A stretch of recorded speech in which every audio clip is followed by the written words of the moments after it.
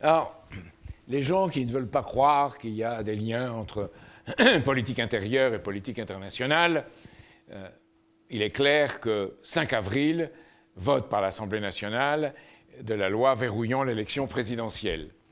Et 2 jours après, 7 avril, vote de cette loi dite des quartiers généraux, comme on l'appelle, permettant aux forces de l'OTAN, parce que Sarkozy était rentré dans le dispositif intégré de l'OTAN, déjà. Donc c'était quelque chose qui changeait, ce que le général de Gaulle avait décidé, que nous soyons en collaboration militaire avec l'OTAN, mais que nous ne soyons pas dans le dispositif intégré de l'OTAN, politique et militaire.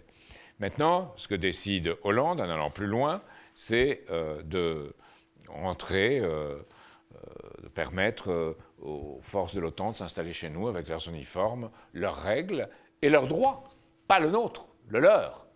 Donc c'est le retour à la situation de 1952, en clair. Ce qui est le plus comique et le plus tragique de tout, lorsqu'on vient d'en rire, on devrait en pleurer, c'est qu'en 2008, Hollande et tout le Parti socialiste avec les communistes, mais tout le Parti socialiste, avaient posé une question, avaient censuré le gouvernement, avaient tenté de censurer le gouvernement, parce que Sarkozy était rentré dans le dispositif intégré de l'OTAN.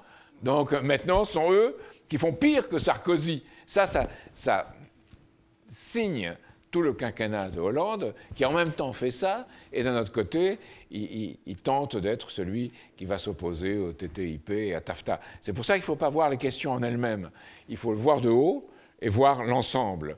Et je pense que c'est de ce point de vue-là qu'on peut avoir un jugement politique.